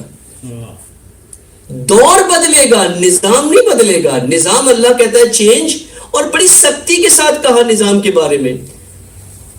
کیا کہا؟ یا ایھا الرسول بلغ ما انزل الیک من ربک وان لم تفعل فما بلغت رسالتہ. اے رسول، بہت ہی سخت لہجے میں قرآن نے کہا یہ پیغام سب سے ایسنشل ہے. ہر چیز جو آپ نے کی ہے سب ڈیلیٹ ہو جائے گی، بالکل فارمیٹ ہو جائے گی، سب زیرو ہو جائے گی اگر یہ نہیں کیا. کیوں قرآن نے اتنی شدت اختیار کی اس کے اوپر؟ کہ مسئلہ بہت مہم تھا. واللہ یعصمک من الناس، اللہ تمہیں لوگوں کے شر سے بچائے گا. یعنی اے رسول، ہمیں پتا ہے کہ جب تم یہ اعلان کرو گے تو تمہیں خطرہ درپیش ہے، خطر ہے، لیکن خدا تمہیں بچائے گا. اور جب تم یہ اعلان کرو گے تو کیا ہوگا؟ الیوم یعص الذین کفروا من دینکم، اس دن کفار مایوس ہو جائیں گے. کفار کی مایوسی ولایت سے ہے، ولایت سے ہے، مسلمانوں کی ٹیکنالوجی سے نہیں ہے. ترکی نے اتنی ترقی کی ہے، ڈیولپمنٹ کیا ہے ٹیکنالوجی میں، اس سے کفار مایوس نہیں تھا. ایران سپر پاور بن گیا تھا، آئل میں، ٹیکنالوجی میں، سب کچھ تھی ایران کے پاس شاہ کے دور میں. کفار مایوس ہوا تو ولایت کے آنے سے.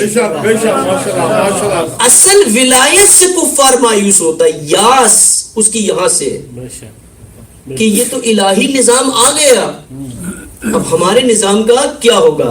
فلا تخشوہم واخشون، اے رسول خدشہ نہ رکھنا، مت ڈرو، ہم سے ڈرو، خدا سے ڈرو. یعنی جو ولایت کا اعلان نہ کرے، جو ولایت کی ترویج نہ کرے، اس کے دل میں خوف خدا نہیں ہے، خوف عوام ہے. سبحان اللہ، واہ واہ. رسول اللہ کے لیے بھی یہ کہہ دیا، اگر نہیں کیا اس کا مطلب آپ لوگوں سے ڈرتے ہو. ہم کہتے ہیں لوگوں سے مت ڈرو، خدا سے ڈرو، اللہ سے ڈرو. الیوم اکملت لکم دینکم، اس دن دین مکمل ہوا. دین کہاں سے مکمل ہوتا ہے؟ ولایت سے مکمل ہوتا ہے. دین کی تکمیل ولایت سے ہے، نظام سے ہے. رسول اللہ جب آئے مدینے میں پہلا کام نظام نافذ کیا، اور رسول اللہ اب جا رہے ہیں تو بتا کے جا رہے ہیں کہ نظام ولایت ہوگا، وہی نظام آگے چلے گا. وَأَتْمَمْتُ عَلَيْكُمْ نِعْمَتِي وَرَضِيتُ لَكُمُ الْإِسْلَامَ دِينًا، اور یہ ہم نے تم پہ اپنی نعمتوں کو تمام کیا. ولایت نعمت خدا ہے. آج جو ولایت فقیر رہبر کی توہین کرے، یہ اللہ کی نعمت کی توہین کر رہا ہے، یہ نعمت الہی کی توہین ہے. اور جو الہی نعمتوں کی توہین کرے، پھر وہ چاہے ملنگ ہو، فیڈریشن ہو، کوئی بھی ہو، وہ سارے کے سارے اسی کفار اور یاس کے زمرے میں آتے ہیں، اسی میں آتے ہیں جن پر اسی وقت ایک شخص کھڑا ہوا، اس نے انکار کیا، وہی عذاب الہی آیا. تو جب وہاں جو ولایت کا انکار کرے اس پہ عذاب الہی آ سکتا ہے، تو آج جو ولایت کا انکار کرے کیا اس پہ عذاب الہی نہیں آتا؟ اس وقت تو پتھر سے عذاب آیا کہ وہ روش تھی اس وقت عذاب کی. آج کا عذاب ایسی نہیں آتا. یہی عذاب ہے کہ تمہاری نسلیں ان ایسے گندے گلیز گناہوں میں ملحوظ ہو گئی کیونکہ تم نے اللہ کی نعمت ولایت کا انکار کیا. یہ سزا ہے خدا کی. نعرہ رسالت یا رسول اللہ، نعرہ حیدری یا علی، ماشاءاللہ ماشاءاللہ. کہ یہ سزا ہے خدا کی، یہ اللہ کی سزا ہے. اور ایسے ہی ہوتا ہے، ولایت کا انکار کرو گے خود بخود. یہ نہیں کہ ولایت کا انکار کیا فرشتے بیٹھے عذاب آئے گا، نہ ایسے نہیں ہے. یہ سنن الہی ہے، سنن الہی. یہ ایک پروسیجر ہے، پروسیجر. اللہ کے قانون ایسے چلتے ہیں. آپ نظام الہی کو آپ نے چھوڑا، نظام طاغوت کی طرف آئے ہو، آپ خود بخود سسٹم ایسا چلے گا کہ آپ ظلمت کی طرف جاؤ گے. اللہ ولی الذین آمنوا یخرجوہم من الظلمات الی النور. ولایت ظلمت سے نور کی طرف لے جاتی ہے. اللہ اور کفر کیا کرتا ہے؟ ولایت طاغوت کیا کرتی ہے؟ نور سے ظلمت کی طرف لے آتی ہے. برعکس ہوتا ہے اس کے. تم نے ولایت کا انکار کیا، تم نور سے ظلمت کی طرف جاؤ گے. اور جناب سیدہ نے اپنے خطبے میں یہی کہا. جب خلیفہ اول نے پورا خطبہ تمام کیا تو یہ کہا جناب سیدہ سے کہ تم مجھ سے کیوں شکایت کرتی ہو؟ میں یہاں بیٹھا ہوں خلیفہ بن کے، تو مجھے ان لوگوں نے ووٹ دیا ہے، یہ امت نے بیعت کی ہے، ان لوگوں نے ووٹ دیا ہے مجھے، میں تو ان کے ووٹوں سے بنا ہوں.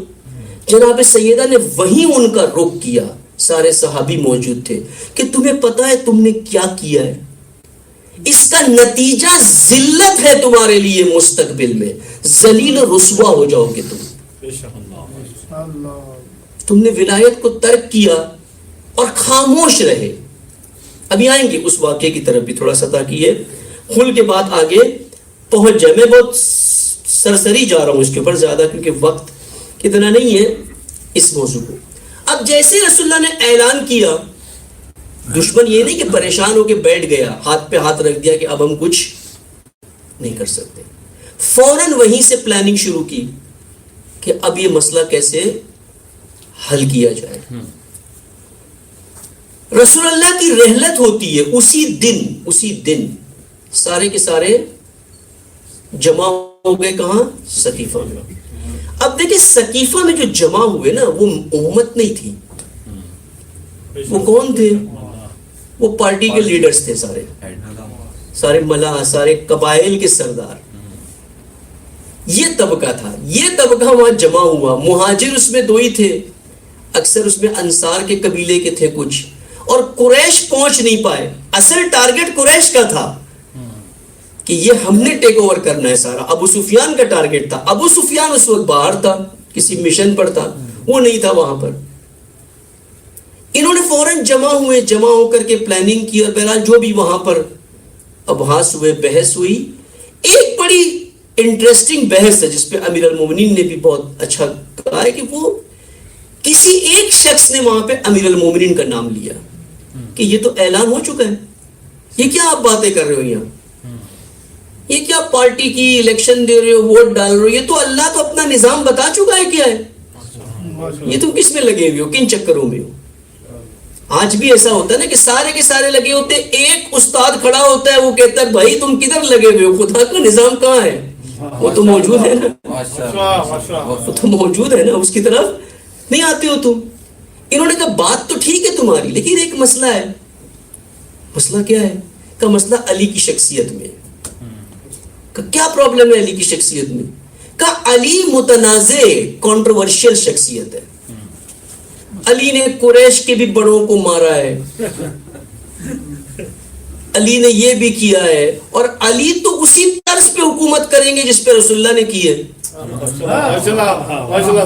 وہ تو عدل سے کام کریں گے، وہ تو کسی کا پاس نہیں رکھنے والے حق و باطل میں. یہ کنٹروورشل شخصیت ہے،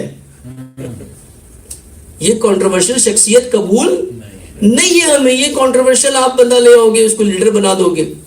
ہمیں ایسا چاہیے جو نان کنٹروورشل ہو، جو سب کی سنے، سب کی مانے، الائنس بنائے، سب کو لے کر کے چلے ساتھ میں، سب کو خوش رکھے. ہمیں ایسا کوئی چاہیے کہ فرنٹ پہ وہ ہو، شیڈو گورنمنٹ ہماری ہو پیچھے. یہ جو بیٹھے تھے سقیفہ میں، یہ اسٹیبلشمنٹ تھا، کارپوریشن تھا یہ آج کی اصطلاح میں.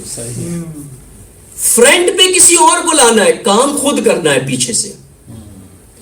ایسی شخصیت کو فرنٹ پہ لاؤ جو ہر ایک کے ساتھ صحیح ہو، جس کی کوئی اختلاف نہ ہو کسی کے ساتھ، بالکل سیٹ ہو معاملہ. بزرگ بھی ہو، رسول اللہ کے قریب بھی ہو، فاسد و فاسق بھی نہ ہو، بالکل ٹھیک ہے. اس طرح کی شخصیت کو آپ لے کر کے آئے، اور یہی کام کیا. بہرحال اعلان وہاں پر کر دیا انہوں نے. اور ایک اور ٹرننگ پوائنٹ 70 دنوں میں آ گیا دین میں، اور بہت بڑا ٹرننگ پوائنٹ آیا یہ کہ دین کا نظام ولایت سے خلافت کی طرف چلا گیا. اب خلافت اور ولایت میں فرق کیا ہے؟ ولایت یعنی قانون اللہ کا، حاکم اللہ کا.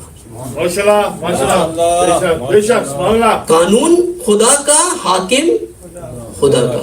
خلافت میں یہ ہے کہ نہ، قانون اللہ کا ہی ہے، قرآن ہی ہے، رسول اللہ کی سنت ہی ہے، سب کچھ وہی ہے، لیکن حاکم عوام کی طرف سے نیابت میں ہو. رسول اللہ کا نائب ہونا چاہیے خلیفہ، جو عوام چن لیں گی کہ بہترین نائب کون ہے. الہی قانون کو ویسے ہی رکھا، صرف حاکم کو بدلا. حاکم کو بدلا، شیعہ طیش میں آ گیا کہ قبول نہیں ہے. اس دن سے لے کے آج تک بے شمار کر رہا ہے کہ آپ نے حاکم کیسے بدلا. حاکم تو الہی ہونا چاہیے تھا. یہی ہے نا. اگر مان لے کہ غدیر میں امیر المومنین کا نام نہ لیا گیا ہوتا، ابو ذر کا نام لیا ہوتا، شیعہ ابو ذر کو ہی مانتا نا ولی. اس کے بعد بھی جس کا نام اعلان ہوتا رسول اللہ کی زبان سے کہ یہ میرے بعد ولی ہے، اسی کو مانتا. یعنی شخصیت کا نہیں تھا مسئلہ، مسئلہ نظام کا تھا کہ اللہ نے کسی کو چنا ہے اور آپ نے کسی اور کو کیسے چن لیا. مسئلہ یہ ہے کہ سسٹم یہ بتا رہا ہے آپ کسی اور کو لے آؤ. یہاں پہ شیعہ وجود میں آتا ہے. شیعہ کی آئیڈینٹی یہاں سے سامنے آتی ہے کہ یہ شیعہ ہے جو قبول نہیں کرتا کہ حاکم لوگ چنے.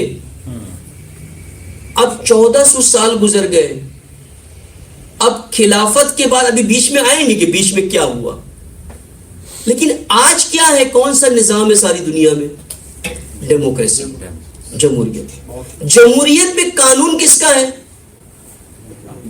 انسان کا بنایا ہوا ہے نا. کانسٹیٹیوشن کس نے بنایا ہے؟ انسان نے بنایا. اور حاکم کس کا ہے؟ انسان کا ہے.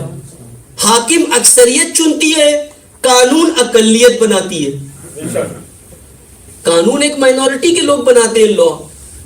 اکثریت حاکم چنتی ہے. او بھائی، جب آپ نے اس وقت 11 ہجری میں یہ نہیں قبول کیا کہ حاکم الہی نہیں ہونا چاہیے، قانون الہی ہے، پھر بھی آپ نے حاکم الہی نہیں قبول کیا، تو آج کیسے شیعہ نے یہ قبول کر لیا ہے کہ حاکم بھی چلے گا غیر الہی، قانون بھی چلے گا غیر الہی؟ ماشاءاللہ ماشاءاللہ بے شک بے شک. کیسے قبول کیا؟ یہ تو آپ کی شیعہ آئیڈیالوجی کے خلاف ہے. بے شک بے شک. آپ تو اپنی آئیڈینٹی سے دور ہو گئے ہو. او بھائی، جب کرنا ہی تھا آج تو اسی وقت کر لیتے. یہ 1400 سال بے شمار کرنے کی تو ضرورت نہیں تھی آپ کو. وہیں پہ مان لیتے خلافت کو. جب آپ کو ایک دن بعد میں مستقبل میں جا کر کے قانون بھی غیر الہی ماننے تھے تو وہاں حاکم مان لیتے. یہ مسائل ہی نہیں ہوتے. ایک ملت ہوتی، ایک امت ہوتی. یہ نہیں ہوتا نا پھر. یہ مسائل کو ایک واقعہ ہے نا، ایسے ہے، کوئی تنزیہ نہیں ہے، یعنی صرف سمجھنے کے لیے میں بیان کر دوں اس کو، کہ وہ ایک شیعہ عالم تھے. وہ گزر رہے تھے، راستے میں ایک مسجد تھی، رات ان کو رکنا تھا وہاں. وہ مسجد اہل تسنن کی تھی. وہ اندر گئے، انہوں نے کہا مجھے رکنا ہے. کہا آپ شیعہ ہو؟ کہا پتہ چل گیا نماز پڑھ رہے تھے شیعہ ہے. کہا ٹھیک ہے آپ ٹھہرے یہاں پر، لیکن کوئی اختلافی بات نہیں کرنا یہاں پہ، آپ رہیں رات میں، صبح چلے جائیں. کہا ٹھیک ہے. وہ کھانا لے کر کے آئے وہاں پر، ان کے لیے مہمان نوازی کی. تو انہی میں سے کسی نے ایک شیعہ عالم سے سوال پوچھا کہ آپ بتائیں کہ آپ کے نزدیک، اہل تشیع کے نزدیک، خلیفہ اول کا کیا مقام ہے؟ کیا مقام ہے؟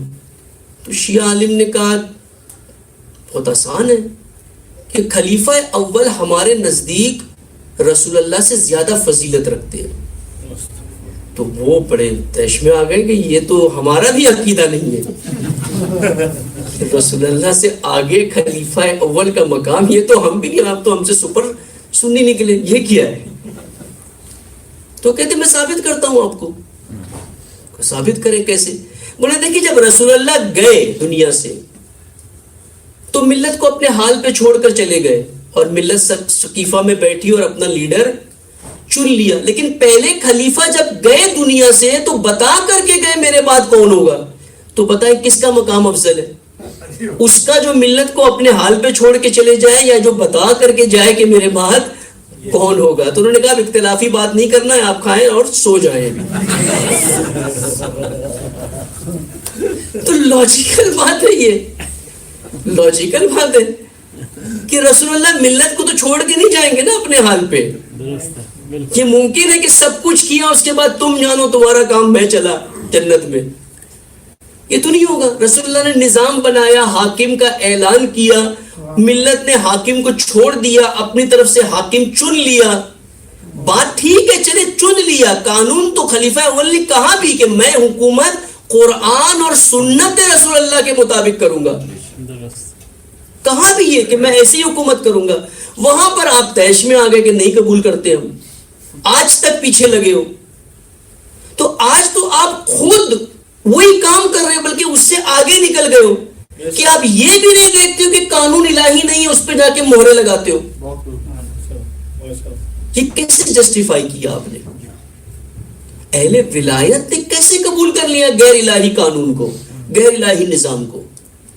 اصل جنگ، اصل مشکل تو ولایت کی تھی ساری۔ ولایت کو چھوڑ دیا آپ نے، یعنی زندگی میں آپ نے عبادت کو رکھا، مجلسوں میں قصیدوں میں آپ نے ولایت کو رکھا۔ ولایت یعنی محبت، تو بھائی جب ہمارے سنی برادران کہتے ہیں ولایت یعنی دوستی، تو کیوں آپ کو غصہ آتا ہے؟ آپ بھی تو وہی کام کر رہے ہو نا، آپ کے نزدیک بھی تو ولایت محبت ہے اور تو کچھ بھی نہیں ہے، اس کے آگے تو نہیں ہے۔ نظام میں تو آپ ولایت کو لانا چاہتے نہیں ہوا۔ یہاں یہ ٹرننگ پوائنٹ تھا۔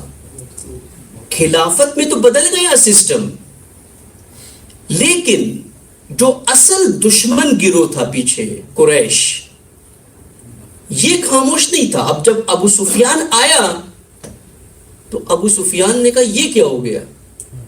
اب اس نے اپنی پالیسی کو بدلا۔ اس نے کیا کیا؟ وہ علی کے پاس آیا کہ حق تو آپ کا ہے، میں آپ کو لشکر دیتا ہوں، میں آپ کو سب کچھ دیتا ہوں، چلے قیام کرے، لے لیں اپنا حق۔ امیر المومنین نے کہا نہیں، ولایت حق ہے میرا، امامت حق ہے ہمارا، لیکن ابو سفیان کے ہاتھوں سے نہیں آئے گا یہ حق، اس کا دروازہ یہ نہیں ہے۔ ولایت امامت امت کا نظام ہے، امت قبول کرے اسے، امت نے قبول کرنا ہے اس نظام کو۔ جب تک امت بیعت نہیں کرے گی علی کی، علی نے قبول نہیں کرنا ہے۔ اور جس دن امت نے بیعت کی اس دن علی نے قبول کیا۔ کسی اور کے ہاتھوں سے نہیں قبول ہوتی ولایت، کہ کوئی اور لا کر کے دے دے آپ کو کہ آپ بن جائیں امت مسلمہ کے لیڈر، ہم آپ کو بناتے ہیں، طاقت کے زور پہ بناتے ہیں، نہ، یہ نظام ایسے نہیں چلتا۔ اس نظام کا میں اصل کردار امت کا ہے۔ اللہ نے حکم دے دیا، رسول اللہ نے ابلاغ کر دیا، اعلان کر دیا، علی میں صلاحیتیں موجود ہیں، علی آمادہ ہے امامت کرنے کے لیے۔ مسئلہ کہاں ہے؟ مسئلہ امت کا ہے کہ امت قبول نہیں کر رہی۔ اب جب تک امت قبول نہیں کرے گی نظام ولایت نہیں آئے گا۔ اسی لیے کیا کرنا چاہیے؟ امت سازی، امت بناؤ تاکہ امت طلب کرے کہ امام کہاں ہے۔ ابھی تو ہم طلب کرتے امام زمانہ آ جائے تو سونے چاندی کی نہریں ہوں گی اور پتہ نہیں کیا کیا ہوگا، اور منو سلوا ملے گا، اور ایسا نظام ہوگا، شیعوں کی مونوپولی ہوگی، ہر جگہ شیعہ بیٹھا ہوگا، ہر گورنمنٹ دفتر میں شیعہ ہوگا، ہمارا امام ہے، ہماری پارٹی آ گئی۔ یہ تصور ہے ابھی تو ہمارا کہ تو ایسے نہیں ہوگا، امت چاہیے، امام کو بھی امت چاہیے۔ امت جب تک نہیں آتی یہ نظام نہیں آ سکتا۔ لیکن بات اتنی سادہ نہیں ہے کہ چلے ولایت خلافت میں بدل گئی معاملہ، ٹھیک ہے۔ ایک مرتبہ جب دین اپنے محور سے ہٹتا ہے تو ہٹتا جاتا ہے۔ جو آپ جیومیٹری میں ٹرائنگل بناتے ہیں نا، ایک پوائنٹ پہ ایک لائن ہے، پھر وہاں سے آپ نے دوسری لائن بنانا شروع کی، جتنا آگے جائیں گے اتنا فاصلہ بڑھتا جائے گا دونوں پوائنٹس کا۔ ایک جگہ دو پوائنٹ ہے، آپ نے دو ڈائریکشن میں شروع کی، جتنا آگے جائیں گے فاصلہ بڑھے گا. یہ نہیں ہے کہ ولایت سے ہٹنے کے بعد خلافت پہ رہتی، نہ، دشمن موجود تھا. خلیفہ اول کا دور گزر گیا، خلیفہ دوم کا دور گزر گیا، خلیفہ سیوم کے دور میں بنی امیہ نے پھر اپنا راستہ بنایا کہ ان کے اقربا میں سے تھے، وہ راستہ اپنا بنانا شروع کیا. اور سب سے بڑا جو کام ہوا وہ یہ تھا، شام کی گورنرشپ معاویہ کے ہاتھ میں آ گئی، وہ امیر شام ہو گیا. یعنی بنی امیہ جس کے لیے رسول اللہ نے کہا تھا کہ کبھی ان کو حکومت میں آنے نہیں دینا، تالیف قلوب کیا، ان کو قبول کیا، اپنے ساتھ رکھا، لیکن کوئی گورنمنٹ پوزیشن نہیں دیا، کا حکومت پہ نہیں آنے دینا، حاکمیت نہیں کرنے دینا انہیں، یہ کام نہ ہو. اور یہی کام ہوا خلیفہ سیوم کے دور میں. اور پھر خلیفہ سیوم کو قتل کیا، جس کے پیچھے معاویہ کا ہی ہاتھ تھا. اور پھر امیر المومنین سے بیعت کی، اور امیر المومنین جیسے ہی خلیفہ بنتے ہیں پھر ایک ہلچل مچ گئی. پورا سسٹم جو ہے دوبارہ سے امیر المومنین نے اس کو ریفارم کرنا شروع کیا، اور اس طریقے سے کیا کہ ہر کوئی پریشان ہو گیا کہ یہ کیا کر رہے ہو. وہ کہتے نا کہ مجھ سے بھی کہتے تھے آپ تھوڑا چاکلیٹ کوٹڈ بات کریں. اور امیر المومنین نے کوئی چاکلیٹ کوٹڈ بات نہیں کی ہے ولایت میں، 2 اور 2 4 بات کی ہے. ہاں یہ کوئی میڈیسن نہیں ہے کہ چاکلیٹ کوٹ کریں، یہ ڈائریکٹ ہی جانا چاہیے، ورنہ نہیں سمجھ میں آتی ہے بات. یہاں جب تک ڈائریکٹ نہ بات کرے سمجھ میں نہیں آتی ہے بات، وہ کہیں اور لے کر کے چلے جاتے ہیں. وہ سب یہاں رضی اللہ عنہ ہے. وہ ذاکر آئے گا، وہ ایسی تگ لگائے گا، اس پہ بھی قوم واہ واہ کرے گی. کوئی آ کے دین کے مسائل بتائے گا، اس پہ بھی واہ واہ کرے گی. کوئی انقلابی باتیں کرے گا، اس پہ بھی واہ واہ کرے گی. سب پہ واہ واہ ہوتی. جب تک کھل کے نہ بات ہو سمجھ میں نہیں آتی. لوگ اپنی جہت میں لے جاتے ہیں، اپنی سوچ کے مطابق لے جاتے ہیں. اس لیے امیر المومنین نے کرسٹل کلیئر بات کی، بالکل 2 اور 2 4، کہ یہ کام میں نے کرنا ہے. اور وہی دھرم برم سب کچھ کرنا شروع ہو گیا کہ امیر المومنین کی حکومت ٹکنا نہیں چاہیے، اسے ختم کرنا ہے، کسی بھی طرح اس کا خاتمہ کرنا. اور بہت جد و جہد کی امیر المومنین نے، 4 سال سخت گزارے جنگوں میں، تبدیلی بہت لانے کی کوشش کی، بہت سٹرونگ ریزسٹنس تھا. کیونکہ 25 سال میں وہ امت جو مکہ کے دور میں جہالت میں تھی وہیں لوٹ کر آ چکی تھی. اور یہ کہا امیر المومنین نے کہ تم اس سے بھی بدتر ہو گئے ہو، اس سے بھی پستر ہو گئے ہو. اس وقت کی جو بیماریاں آپ کو بتائی میں نے پچھلے 2 دنوں میں، ساری یہ ساری کے ساری دوبارہ آ چکی تھی اس قوم میں. وہ قدریں جو رسول اللہ نے پیدا کی تھی، جو امت سازی کی تھی، وہ سب ختم ہو گئی. کیوں ختم ہو گئی؟ کیوں ختم ہوئی وہ قدریں؟ کیونکہ نظام بدل گیا. جہاں ولایت نہیں ہوگی وہاں قدریں ختم ہو جاتی ہے. ولایت ہے جو باقی رکھتی ہے. بنی الاسلام علی 5، اسلام کی 5 بنیادیں ہیں: نماز، روزہ، حج، زکوٰۃ اور ولایت. سب سے افضل پوچھا امام سے، ماشاءاللہ ماشاءاللہ ماشاءاللہ، سب سے افضل امام خمینی کہتے ہیں نماز سے افضل ولایت. ولایت نہیں ہوگی تمہاری نماز محفوظ نہیں ہے. اور ابا عبداللہ نے کربلا میں یہی ثابت کیا کہ حج سے افضل ولایت. اگر حاکمیت یزید کی ہے تو فائدہ کیا ہے اس حج کا؟ پہلے حاکم بدلو پھر آ کر حج کرو. طاغوت کی حاکمیت میں حج کرنا اب عبداللہ کو قبول نہیں تھا یہ کہ یہ کیسے ہو سکتا ہے. یہ امت طواف بھی کر رہی ہے، عبادتیں بھی کر رہی ہے، لیکن ان کو کوئی پرواہ نہیں ہے کہ ظالم کون ہے، طاغوت ہے، کون فاسد ہے، کون فاسق ہے. اب یہ پہلے بیان کیا یزیدیت کی صفات کو. ابھی تھوڑا سا اس کی طرف پھر انشاءاللہ کہ 2 گفتگو بچتی ہے، مجھے 2 میں موضوع کو کسی طرح سے سمیٹنا ہے، لیکن کچھ نکات ایسے ہوتے ہیں کہ جو چھوٹ نہیں سکتی ہے وہ پوائنٹس. اس لیے ضروری ہوتا ہے کہ تھوڑا سا اسے ہم بڑھائیں. یعنی دین تکمیل ہو گیا، تکمیل ہونے کے بعد پھر زوال آیا دین میں. زوال کی صرف ایک ہی وجہ تھی، نظام ولایت، نظام الہی، حکومت اسلامی کا نہ ہونا. اور کس نے پلٹا اسے اس طرف؟ قبیلوں نے، قوموں کے سرداروں نے. یہ آج آپ کسی کو صرف آپ کر سکتے انٹرپریٹ. آج بھی وہی چکر ہے صاحب، قبیلے، قوم، پارٹیاں، خاندان، یہ سب وہی ہے جس میں اندھی تقلید ہوتی ہے. ایک شخص کی رائے ہوتی ہے، باقی سارے پیچھے چل رہے ہوتے ہیں اس کے.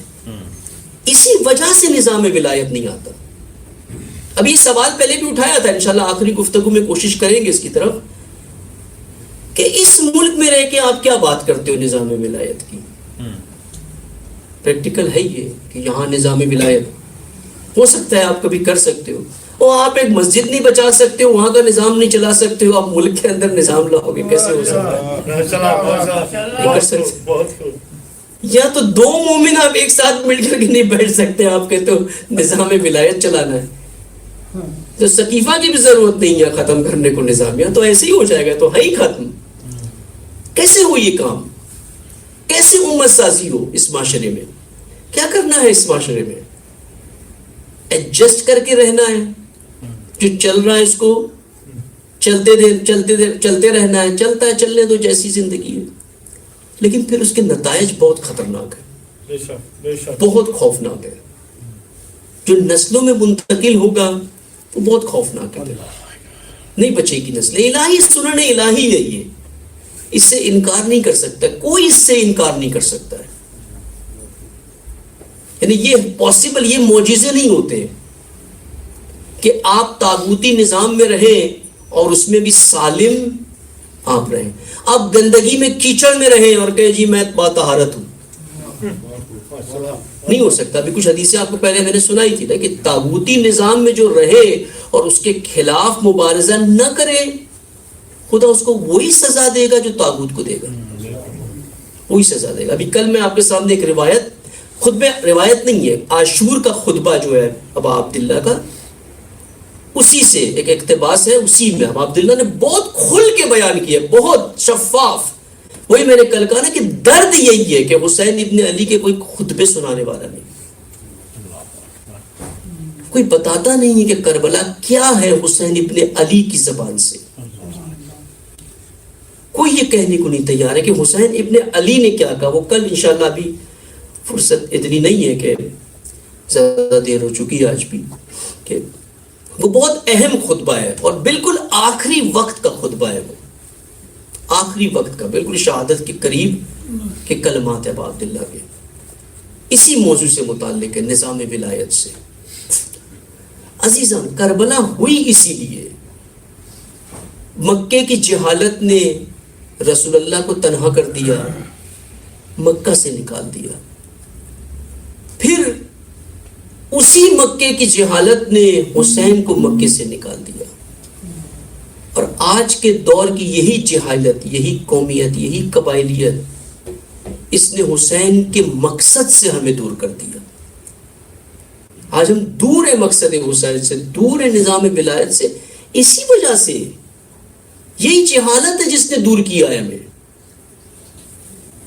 محبت ہے، عقیدت ہے، سب کچھ ہے، لیکن اس کے ساتھ جہالت بھی ہے، احمقانہ کام بھی ہے، جس سے کبھی ہم مقصد حسین تک نہیں پہنچ سکتے. جو کربلا آئے، جو کربلا پہنچے حسین ابن علی کے ساتھ، وہ تھے وہ جنہوں نے حسین ابن علی کو اپنا ولی اور امام مانا تھا، جو حسین ابن علی کی اطاعت میں تھے. انہیں پتا تھا کہ ابا عبداللہ کا ہر فرمان اللہ کا فرمان ہے، وہ حکم الہی کے تابع تھے. اسی لیے ابا عبداللہ کے بھائی ابو الفضل عباس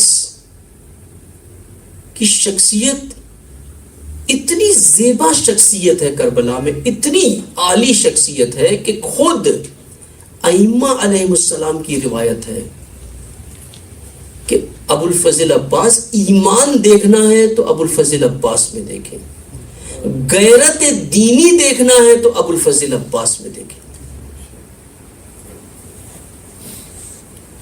روزے عاشورہ جب ابو الفضل عباس کی شہادت کی خبر پہنچی جناب زینب کو، تو جناب زینب نے سب سے پہلے اپنے بازوؤں کو دیکھا. عبداللہ نے پوچھا بازوؤں کو کیوں دیکھ رہی ہوں؟ کہا مجھے وہ وقت یاد آ گیا جب میرے بابا امیر المومنین میرے بازوؤں پہ بوسہ لیتے تھے. میں نے پوچھا بابا بازوؤں پہ بوسہ کیوں لیتے ہیں؟ کہا ایک دن آئے گا جب ان بازوؤں میں رسن ہوگی. تو اس وقت میں نے پوچھا اپنے بابا سے، بابا کہ اس وقت میرے بھائی حسن نہیں ہوں گے؟ کہا نہیں ہوں گے. کہا اس وقت میرا بھائی حسین نہیں ہوں گے؟ کہا نہیں ہوں گے. لیکن پوچھا بابا یہ تو سب ٹھیک ہے، یہ بتائیں کہ میرا بھائی عباس ہوگا یا نہیں؟ آج زینب کو یقین ہو گیا کہ اب بازوؤں میں رسن بندھے گی. ابو الفضل عباس حسین ابن علی کے ساتھ صبح عاشور سے ظہر تک لاشوں پہ لاشیں لے کر کے آتے، اپنے بھائی کے ساتھ، امام وقت کے ساتھ، اور ہر لاشا لے کر کے آتے. ایک ہی سوال کرتے حسین ابن علی سے، مولا مجھے اذن جنگ دیجیے، مجھے اجازت دے، مجھے اذن جنگ دیجیے. حسین ابن علی فرماتے بھیا عباس آپ لشکر کے علمدار ہو، ابھی لشکر کے علمدار ہو، آپ کو کیسے بھیج دوں؟ علمدار تو نہیں جاتا جنگ کرنے. ایک وقت آیا جب حسین ابن علی تنہا ہے، بالکل تنہا، اب کوئی نہیں ہے.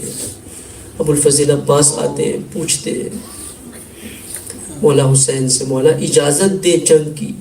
کہا آپ علمدار ہو. عباس کہتے لیکن میرے بھیا مولا وہ لشکر کہاں جس کا میں علمدار ہوں؟ وہ لشکر تو گنج شہداء میں ہے، اب تو اجازت دے. حسین ابن علی نے ابو الفضل عباس سے کہا عباس ایک مرتبہ خیموں کا جائزہ لے لے، دیکھیں کوئی مشکلات تو نہیں ہے وہاں. عباس خیموں پہ جاتے ہیں، بیبیاں خیموں میں ہیں. ایک خیمے سے آواز آ رہی ہے التش التش. دیکھا خیمے میں چھوٹے چھوٹے بچے پیاسے ہیں، چھوٹے چھوٹے بچے پیاسے ہیں، اور بچوں کے ساتھ حسین کی 4 سال کی بیٹی سکینہ موجود ہے. جب دیکھا چچا کو، کہا چچا عباس پیاس کی شدت بہت ہے، بہت ہے پیاس کی شدت، آپ اگر پانی لے آئے. ابو الفضل عباس پہنچے حسین کے پاس، کہا مولا بچے پیاسے ہیں، بچے پیاسے، اگر آپ حکم دے تو میں پانی لے آؤں. حسین نے کہا ٹھیک ہے جائیں. پانی لے آئے. عباس نے مشکیزہ لیا، لے کر کے علی کا فرزند جب پہنچا ہے وہاں، لشکر شامی بالکل ہٹنے لگا. ایک مرتبہ چند شامی آگے بڑھے، ابو الفضل عباس نے حملہ کیا، وہ سارے تتر بتر ہو گئے. عباس پہنچے فرات کے کنارے، فرات پر جا کر کے بیٹھے، مشکیزہ پانی میں رکھا. مشکیزہ خشک تھا، ابھی اسے تر ہونا تھا کہ پانی بھر جائے اس میں. عباس وہاں بیٹھے، پیاس کی شدت ہے. ایک مرتبہ عباس نے پانی چلو میں لیا، پانی چلو میں لے کر کے اٹھایا، پھر پھینک دیا. کہا عباس تجھے کیا ہو گیا ہے؟ حسین پیاسا ہے، حسین کے بچے پیاسے ہیں، اور تو پانی پی لے. عباس نے مشکیزہ بھرا، مشکیزہ بھر کے نکلے. جیسے فرات کے کنارے سے نکلے، ایک مرتبہ عمر ابن سعد کہتا ہے اے شمر، اگر عباس خیموں تک پہنچ گیا پانی لے کر، پھر یہ جنگ ہم نہیں جیت سکتے. اگر حسین کی تشنگی دور ہو گئی، حسین کو نہیں قتل کر سکتے. عباس کے پیچھے دو شامی ملون آگے بڑھتے نے ایک نے ضرب لگائی، ابو الفضل عباس کا دایاں بازو زمین پر آ کر کے گرا. عاشق حسین کے عشق کا طواف شروع ہو گیا. عباس نے گھوڑے کو آگے بڑھایا، دوسرا شامی آگے سے آیا، بایاں بازو کٹا. عباس نے مشکیزہ ہونٹوں میں پکڑا، ہونٹوں میں تھاما. شمر کہتا اے ہرملا اب تیری باری ہے، اے ہرملا اب تجھے تیر چلانا ہے، تیر مشکیزے پر چلانا. ہرملا نے تیر چلایا، تیر مشکیزے پہ لگتا ہوا عباس کے سینے پر آ کر کے لگا. مشکیزے سے پانی جو گرا، عباس کی امیدیں ٹوٹ گئی. ایک مرتبہ ابو الفضل عباس نے کیا کیا؟ گھوڑے کا رخ بدل دیا، گھوڑے کا رخ بدل کر دوبارہ لشکر کی طرف کیا. اب لشکر نے دیکھا علی کے شیر کے ہاتھ نہیں ہے، علی کے شیر کے بازو نہیں ہے. ہر طرف سے حملہ کیا. جب حملہ کیا صدا بلند کی، اے میرے مولا علمدار کا آخری سلام قبول کرے. حسین حسین شدت کے ساتھ دوڑے، اس طرح سے دوڑے کہ لشکر برطرف ہوا. ابو الفضل عباس گھوڑے سے زمین پر آئے. مجھے نہیں پتا کس طرح سے زمین پر آئے، کہ جب کوئی گھوڑے سے زمین پر آتا ہے تو ہاتھوں کا سہارا لیتا ہے. عباس زمین پر بنا ہاتھوں کے سہارے آئے.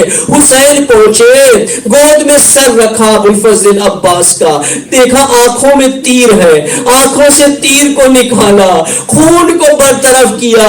پوچھا اے میرے بھائی یہ غربت کا وقت ہے، حسین کے پاس کچھ بھی نہیں ہے، لیکن علی کے فرزند ہو، اگر کوئی وصیت ہے، کوئی آخری خواہش ہے تو بتا دے.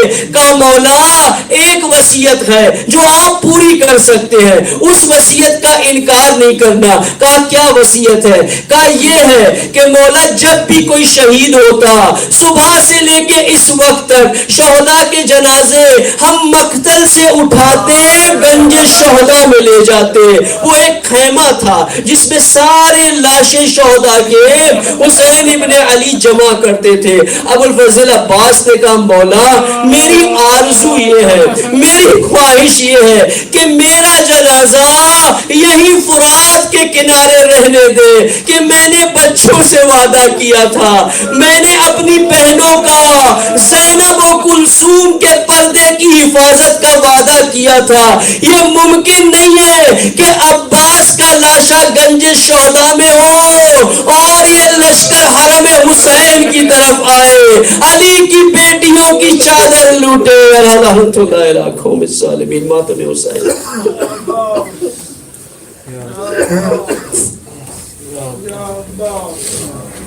Ya